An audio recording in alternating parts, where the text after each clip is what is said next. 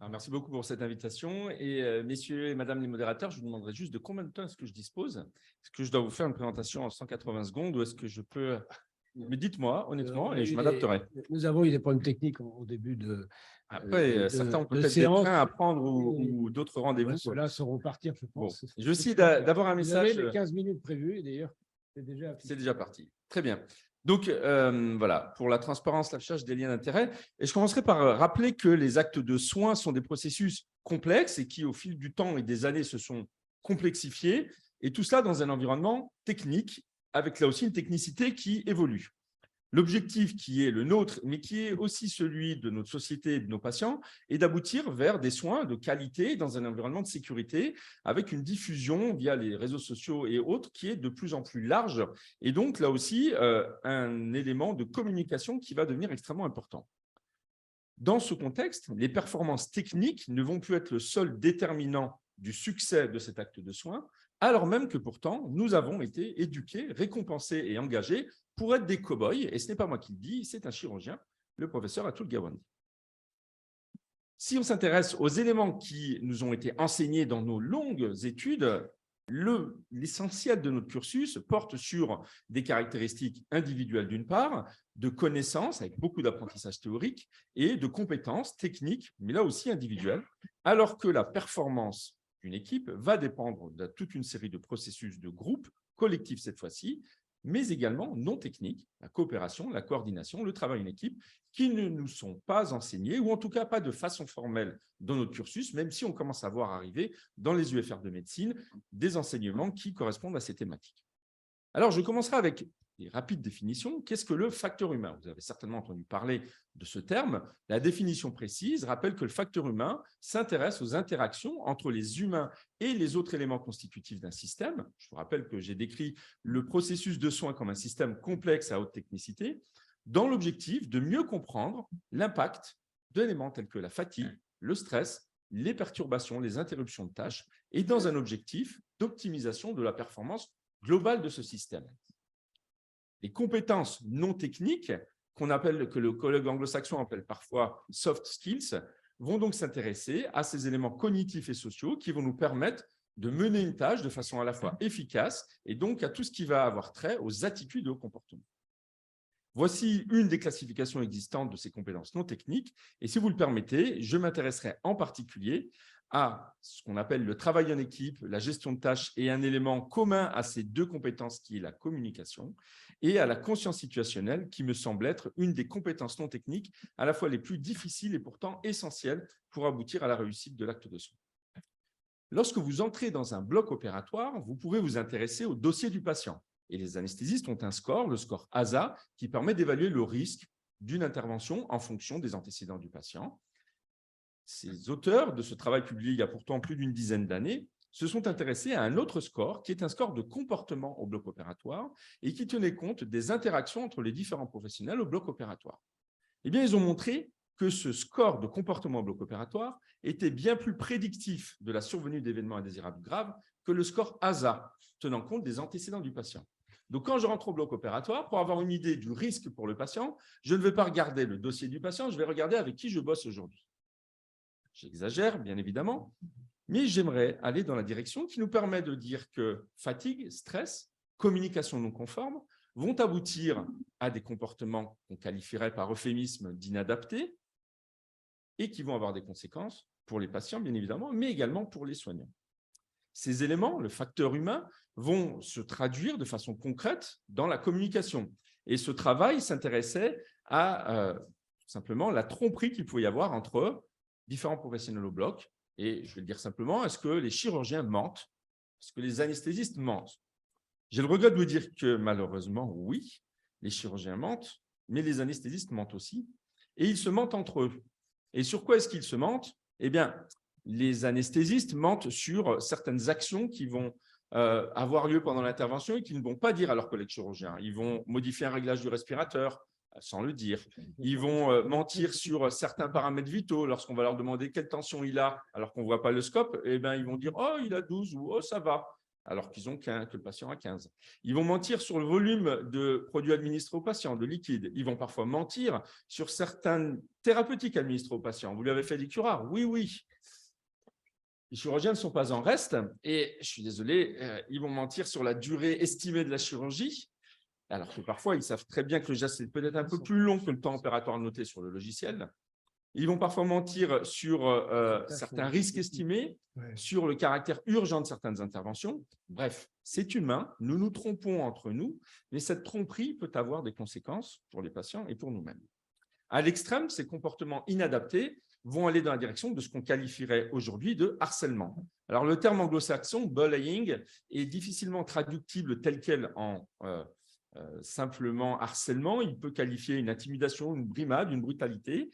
Et tout simplement, ces chiffres nous montrent que ce phénomène est loin d'être rare et qu'il est rencontré par tous avec une prédilection pour les jeunes et les femmes sur des thématiques et sur des comportements qui vont, du fait de l'élément simple qui serait d'ignorer l'opinion de quelqu'un, à l'exposer à des charges de travail qui sont complètement ingérables ou à lui donner des deadlines légalement complètement inatteignables ou à lui proposer des tâches qui sont bien en dessous de ses compétences. Si tu veux m'aider, tu peux aller préparer mon café. Qui harcèle? Eh bien, tout le monde harcèle, d'accord? Et dans ce travail, vous avez ici qui harcèle les internes de chirurgie ou qui harcèle les chirurgiens. Vous voyez que les chirurgiens vont harceler leurs internes, certes, mais l'administration, les infirmières vont également harceler les chirurgiens. Et donc, ce n'est pas si simple que ça. Ce n'est pas une simple question de hiérarchie. Cette question du harcèlement ou de l'intimidation va bien au-delà. Alors, si on s'intéresse à ces conséquences, tout de suite, vous voyez la portée de facteur humain. Et le facteur humain, il se traduit dans des chiffres également, puisque nombreuses publications dans la littérature font état de l'impact de certains éléments constitutifs du facteur humain, ces fameuses compétences non techniques, sur l'incidence des événements indésirables. Et près des 3/4 de ces événements indésirables vont être associés à des problèmes de coordination, de communication. Et on va, dès lors, s'inspirer, et c'est ce qui arrive depuis une trentaine d'années maintenant, de stratégies qui ont été mises en place dans d'autres domaines tels que l'aéronautique civile, tels que nos collègues militaires, avec pourtant des niveaux de preuve qui n'atteignent pas la cheville de ce qu'on exige d'une étude scientifique dans le milieu de la médecine. Ça équivaudrait pourtant à des événements aéronautiques tels que le fait qu'un Boeing s'écrase tous les jours si on voulait atteindre aux États-Unis le niveau d'incidence des événements indésirables graves responsables de décès. Pour s'intéresser spécifiquement à 2 de ces compétences non techniques et donc à ce facteur humain, je voudrais parler un petit peu de communication. La communication, on en a parlé tout à l'heure pour nos patients avec cet aspect de communication positive. Et en effet, lorsqu'on va communiquer, et on le fait tout le temps, on va manquer de temps, il va exister un certain nombre d'interférences. Cette communication va être segmentée dans un environnement qui n'est pas neutre. Et si on regarde là aussi dans la littérature, depuis une bonne quinzaine d'années, on a une sorte de codification des modalités de communication et on va qualifier une communication de conforme ou de non conforme en fonction d'un certain nombre de caractéristiques, le moment de la communication, le contenu de la communication, le public à qui est destinée la communication et l'objectif. C'est-à-dire que si jamais je parle d'antibioprophylaxie, c'est conforme, mais si j'en parle alors qu'on est en train de refermer le patient, c'est trop tard. Si j'en parle avec le brancardier plutôt qu'avec l'anesthésiste, c'est également inadapté. Nous avons donc mené un travail, il y a quelques années de ça, que nous avons récemment publié, qui s'est intéressé à ces communications au bloc opératoire avec 2 séries d'audits qui s'intéressaient de façon plus large aux facteurs humains, certes la communication, mais également la capacité à travailler en équipe, à respecter une checklist et à avoir ce qu'on appelle une culture de sécurité. Et pour essayer d'impacter ces différentes compétences, nous avons proposé un programme de formation à nos professionnels par de la simulation avec des scénarios qui étaient pourvoyeurs justement de ces compétences-là. Au total, près de 50 000 échanges, communications ont été enregistrés et rapportés par des auditeurs et nous avons recensé près de 3/4, on va dire, de communications conformes, mais un peu plus de 25% des communications qui n'étaient pas conformes, avec, heureusement, dans la plupart des cas, l'absence de conséquences, mais dans un certain nombre de cas, des conséquences qui allaient de retard simple à du gaspillage de matériel, voire à des événements indésirables plus ou moins graves pour les patients. Lorsque ces communications n'étaient pas conformes, elles l'étaient pour différentes raisons, soit qu'elles n'intéressaient pas le patient dont on s'occupait à ce moment-là, soit qu'elles survenaient au mauvais moment, c'est l'exemple sur l'antibioprophylactie, soit qu'elles étaient incomplètes, de contenu incomplet ou non professionnel. Alors vous allez me dire, est-ce vraiment grave de parler à Grenoble de la qualité de la neige du week-end dernier avec son collègue, et est-ce que ça ne participe pas finalement d'une certaine façon à de la cohésion d'équipe?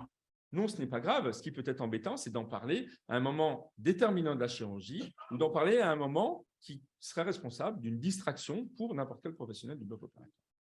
Voici le résultat de ce travail. Donc, je vous ai dit à peu près 45 000 communications. Nous nous sommes intéressés à l'impact d'un programme de formation par simulation qui permettait d'attirer l'attention des professionnels sur ces compétences non techniques, sur ce facteur humain.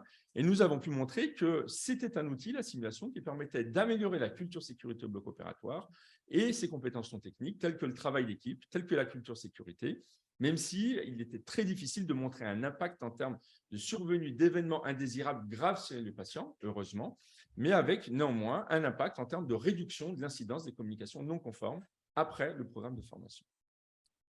Cette communication, elle a une importance entre professionnels, elle a une importance avec les patients, et cette réponse qu'on va avoir avec les patients, elle se doit d'être empathique. Je vous montre son travail qui s'intéressait au temps de consultation en fonction du type de communication avec les patients. Si les réponses étaient plutôt positives ou les réponses étaient plutôt négatives. Et comme ça, intuitivement, on aurait tendance à dire que si les réponses sont positives, qu'on prend du temps avec les patients, la consultation va être plus longue et que c'est une limite à ce comportement. Eh bien, les auteurs de ce travail ont montré qu'un comportement empathique envers les patients réduisait la durée de consultation par rapport à un comportement qui n'était pas, et qu'il y avait bien évidemment une association avec la satisfaction, on en a parlé tout à l'heure, des patients à l'issue du geste chirurgical, indépendamment de la survenue de complications ou d'événements indésirables, graves ou pas. Je finis par dire que la durée de cette communication et ses modalités vont avoir un impact en termes de risques médico-légaux.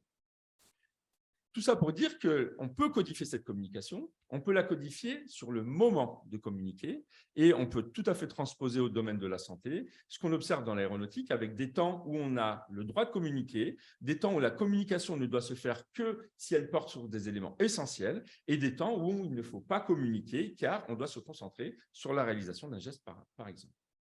Des outils de communication existent, je vous cite celui-ci, qui est dans un document publié par l'HAS, qui permet de formaliser une communication efficace en s'intéressant à 4 étapes, la situation, les antécédents du patient, mon évaluation personnelle et ma demande spécifique d'aide éventuelle. Il y a d'autres outils, tels que la communication en boucle fermée, qui consiste à s'assurer que le récepteur a bien récupéré le message que l'émetteur lui a envoyé et qui, dans certains travaux comme celui-ci, permet de réduire de façon considérable l'incidence des événements indésirables graves.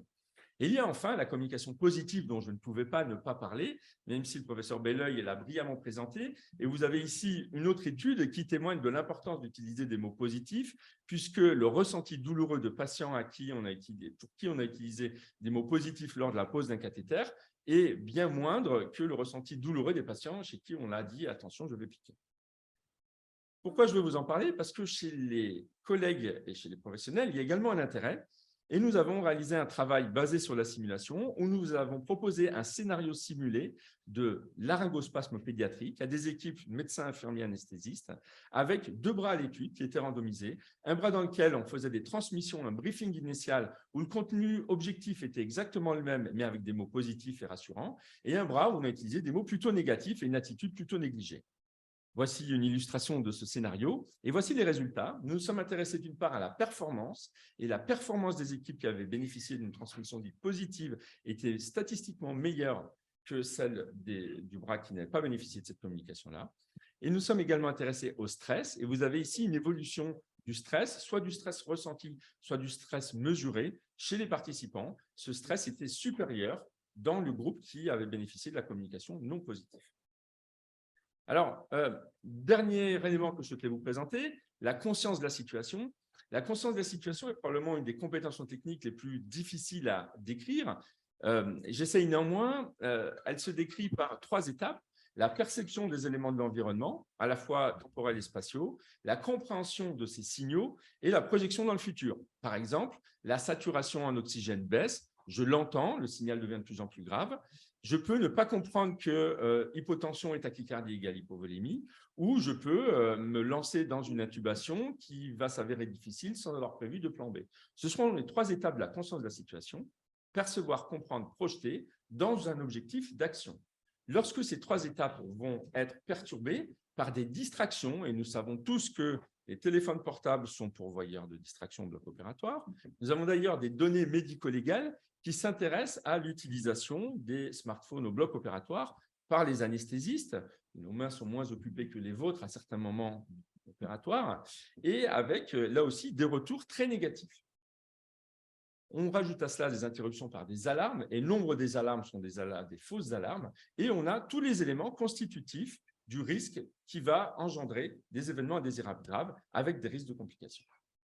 Cette conscience situationnelle, elle peut être évaluée. Ce seront mes dernières diapositives. Je voulais vous présenter ce travail de recherche où on a essayé de s'intéresser à la façon d'enseigner et d'évaluer la conscience situationnelle en mettant à nos étudiants des lunettes qui permettaient de filmer ce qu'ils observaient, mais qui permettaient également de mesurer la direction de leur regard. Et nous avons ainsi reconstitué un environnement chirurgical simulé que nous avons filmé et rediffusé dans un box calibré. Voilà ce que ça donnait en termes de box et de petits films. Et dans ce box, nous avons déterminé toute une série de zones d'intérêt: le patient, les chirurgiens, les différents éléments du monitoring, le dossier patient. Et nous avons enregistré des vidéos qui nous permettaient de voir ce que voyaient les participants, médecins, infirmiers, anesthésistes, et d'essayer d'associer ce qu'ils observaient aux décisions qu'ils allaient prendre.